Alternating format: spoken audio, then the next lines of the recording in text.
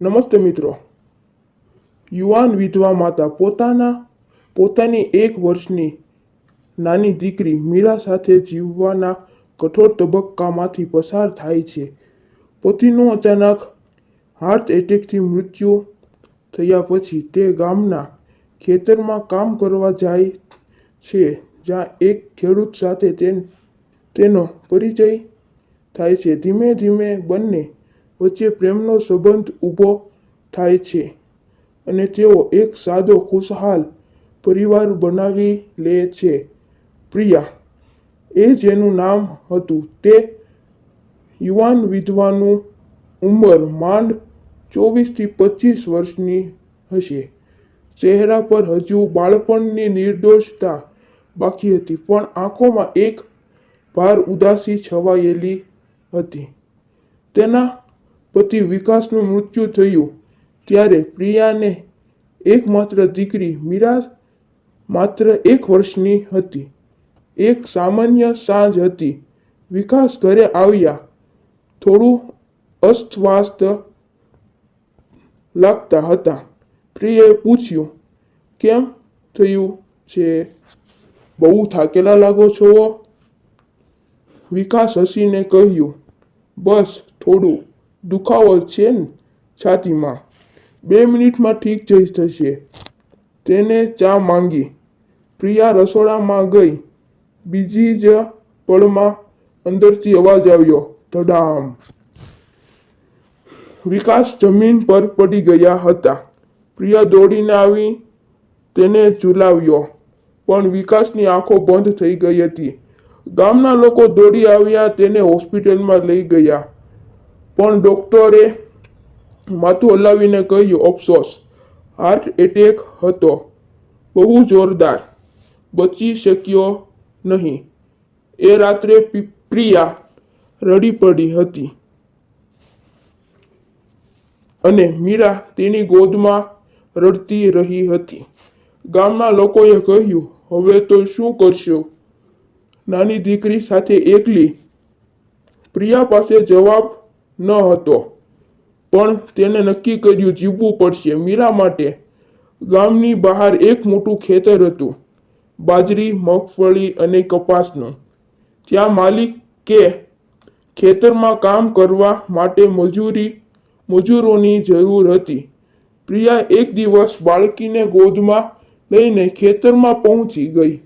માલિકે કહ્યું, ઠીક છે, કામ કર, ખેતરમાં જ નાનું ઝૂંપડું છે, તું અને તારી દીકરી ત્યાં રહી શકે છે.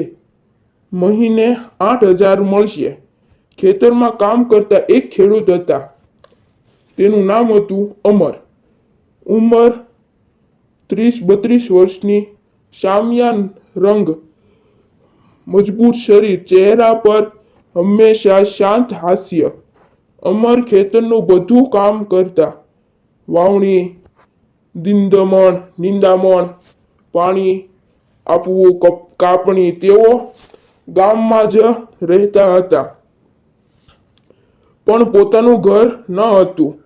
ખેતરમાં જ રહેતા પહેલા દિવસે જ અમરે પ્રિયાને જોઈ. મીરા ઝૂંપડાની બહાર રમતી હતી. અમરે હસીને કહ્યું, આ તો નાની પરી. આવ બેટી, આ બાજરીના દાંડા જો. મીરા હસીને તેમને તરફ દોડી. પ્રિયા દૂરથી જોઈ રહી. ધીમે ધીમે દિવસો વીતવા ગયા. પ્રિયા ખેતરમાં કામ કરતી, નીંદણ કરતી, પાણી ભરતી, કાપણીમાં મદદ કરતી. અમર તેને કામ શીખવાડતા. ક્યારેક બપોરે બંને ઝાડની નીચે બેસીને રોટલી ખાતા. મીરા તેમની વચ્ચે રમતી. અમર તેને ખોળામાં લઈને ગીતો ગાતા. એક દિવસ અમરે પૂછ્યું, પ્રિયા, તમે આટલું બધું સહન કરી લીધું, ક્યારેય થાક ન લાગતો નથી? પ્રિયાએ હસીને કહ્યું, થાક તો લાગે છે, પણ મીરા જોતી રહે તો થાક ભૂલાઈ જાય છે. અમર ચૂપ રહ્યા. પછી બોલ્યા, મારું જીવન પણ એવું જ છે. માતા પિતા ગયા, ભાઈઓ અલગ થઈ ગયા, આ ખેતરમાં જ મારો સાથી છે, પણ ક્યારેક લાગે છે કે કોઈ તો હોવું જોઈએ ને જેની સાથે સાંજ પસાર કરી શકાય. પ્રિયાએ તેમની તરફ જોયું. બંને વચ્ચે એક મીઠી ચુપ્પી ચાલી. સમય વીતતો ગયો. અમર મીરાને રમાડતા, તેને કંધા પર બેસાડીને ખેતરમાં ફેરવતા. મીરા તેમને બાબા કહેવા લાગી. પ્રિયા રોજ રસોઈ બનાવતી અને અમરને પણ બોલાવતી. બંને એકબીજાના દુઃખને સમજાવતા થયા. બંનેને લાગવા લાગ્યું કે જીવનમાં ફરી સૂરજ ઉગી શકે છે. એક સાંજે ખેતરમાં બાજરીના દાંડા હલાવતા હતા. સૂરજ ડૂબી રહ્યો હતો. મીરા ઊંઘી ગઈ હતી. પ્રિયા અને અમર બેસીને વાતો કરી રહ્યા હતા. અમરે કહ્યું, પ્રિયા, હું તને એક વાત કહું? બોલો. મને તારી સાથે જીવવું છે. મીરા સાથે. અમે ત્રણે એક નાનું ઘર બનાવીએ. તને ખબર છે કે ગામ લોકો વાત કરશે, પણ મારું દિલ કહે છે કે આ જ બરાબર છે. પ્રિયા ચૂપ રહી. તેની આંખો ભીની થઈ ગઈ. તેણે કહ્યું, અમર, મને પણ એ જ લાગે છે. મીરાને એક પૂરો પરિવાર મળે, પણ લોકોની વાત. અમર તેનો હાથ પકડ્યો. લોકો તો હંમેશા બોલે છે, પણ અમારે અમારા માટે જીવવું છે. મીરા માટે જીવવું છે. પ્રિયાએ હકારમાં માથું હલાવ્યું. થોડા દિવસ પછી બંનેએ સાદી રીતે લગ્ન કરી લીધા. ખેતરના ઝૂંપડામાં જ નાની વિધિ થઈ. થોડા ગામના લોકો આવ્યા. મીરાના હાથમાં ફૂલ લઈને હસતી હતી. બંનેએ એકબીજાને વચન આપ્યા, હંમેશા સાથ રહેવાનું, એકબીજાને સમજવાનું અને મીરાને બંનેનો પ્રેમ આપવાનો.